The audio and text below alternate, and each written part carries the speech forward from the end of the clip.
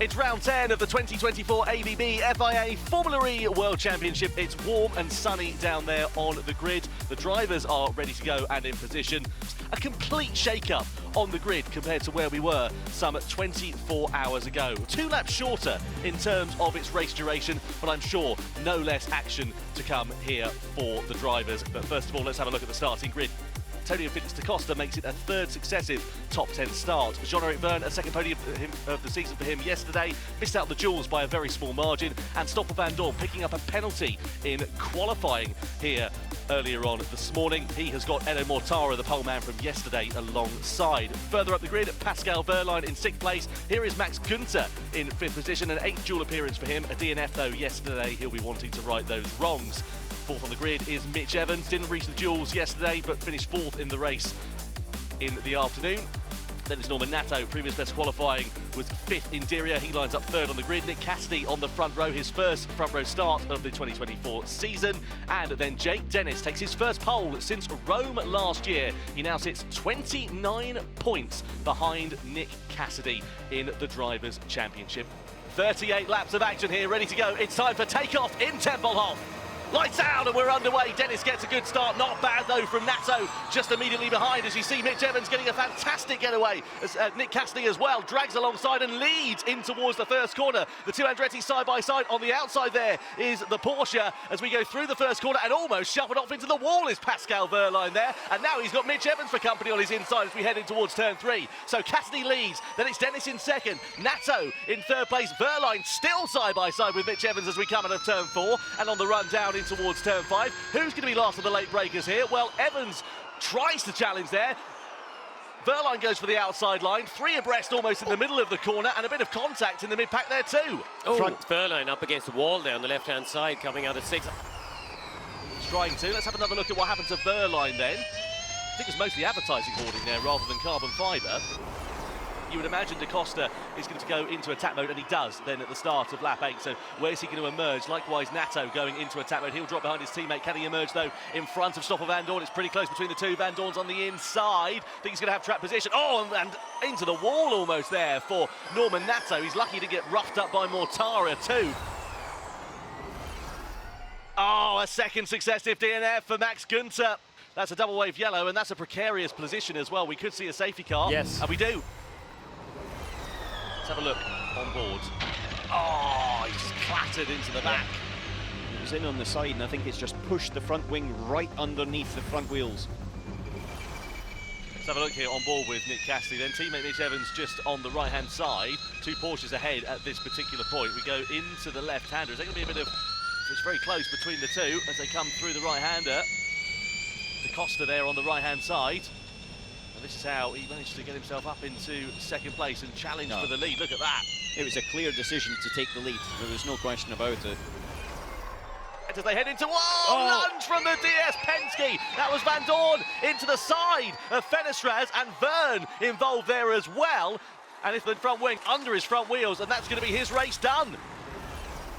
Nato and Fenestraz have come to blows with one another at turn 4.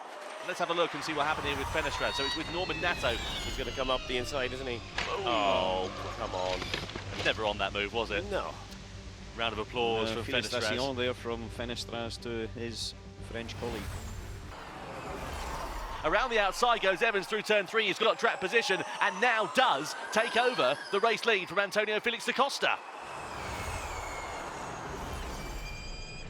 Oh, around to the outside into turn 6. Oh, and Evans is deep. He's deep on the inside. Back goes through for Antonio Costa. And are we going to see Cassidy and also Roland maybe trying to pick his pocket here as well? To the outside then goes Cassidy. Roland's pinching him there as well as they go into turn 9. Roland's on the inside line. So he gets shuffled into the wall. There is Cassidy. And that's compromised his race massively. And now he's really going to be in the water because Dennis and Wehrlein are ready to try and pick his pocket here too. On the inside of Wehrlein is Dennis as we go through the triple apex left-hander. These two have got history. Is Dennis going to sail on the wall just as we come through? And now here comes Jake Hughes as well with 3 wide down the start-finish straight. Dennis in the middle. On the right-hand side you've got Taylor Barnard who goes for the sweeping line on the outside through turn 1 into turn 2. 2 for the price of 1 for Taylor Barnard. Fantastic! Evans into attack mode then, 3 added laps in this race. Where's Evans going to emerge? It's going to be close. He's looking for the move on his teammate there into turn 3. That was a late lunge, but he's also trying to defend from Wehrlein, who's behind him as well. I think Hughes has lost half of his front wing with that up against the wall manoeuvre with Dennis. Evans or Cassidy into turn 6. This is going to be edgy. They give each other room, guys. Cassidy's going to have the outside line, though, which will turn into the inside line for turn 9. But Evans has got more power. He's got 50 kilowatts more power around the outside line. They're going to hopefully give each other room here, but is Evans going to use the extra power to out-drag Cassidy now on this long straight? And he does. So Mitch Evans has gained track position on his teammate. Da Costa, he's got a good position here, hasn't he? Because he's cleared himself. Cassidy for the outside. Evans keeps it tight. He will have the inside, of course, as they come into turn 9, and they now have the same amount of power. But it's quite clear that neither of them want to lose this particular battle. It's quite clear that the gloves are off in terms of team orders at this stage as well. Cassidy with track position on the inside. They're going to flick it into a left-hander, so Cassidy will just hold it firm ahead of Mitch Evans. That's what Cassidy needed to do. It's now whether Cassidy can overtake Roland. Da Costa, I think, has got a pretty healthy gap here.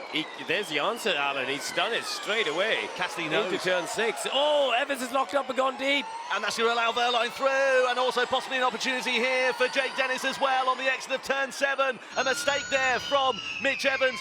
Wehrlein's got track position and he's going to hold it there, but can Dennis go around the outside? Yep. He can! So Mitch Evans loses 2 places in 2 corners. Well, he hasn't won since Cape Town 2023. It was snatched away from him in Mazzano, but he rounds the final corner. Antonio Da Costa, he wins for TAG Heuer Porsche. Cassidy finishes in 2nd, Roland in 3rd, Wehrlein just off the podium in 4th. Jake Dennis comes over the line in 5th position ahead of Mitch Evans. Yeah, baby, P1. Yes! This is how it's done. Good job. This is how it's done. Thank you. Home race as well. Home race. Thank you, Porsche. Phenomenal. Let's get confirmation of the classification from the SUN MINIMEAL Berlin E-Prix for round 10. Antonio Da Costa is the winner for the first time since Cape Town last year. Cassidy and Roland also on the podium ahead of Wehrlein, Dennis, Evans. Jehan Darubla, that's his best ever finish in Formula E, ahead of Taylor Barnard, his 2nd ever weekend, and he finishes in 8th place. Equally as impressive as Joel Eriksson, 9th on his return to the championship for the first time since 2021 for Envision Racing. To win in a home race for Porsche, it's amazing, and we got so many guests here, so many people that work in the factory that don't normally get to come to the races. They're here as well. Our board members are here, so it's definitely a special one. And honestly, yeah, tough start to the season, and we've been building a really good momentum, always closing the gap to the championship leaders, and yeah, it feels good to take this one.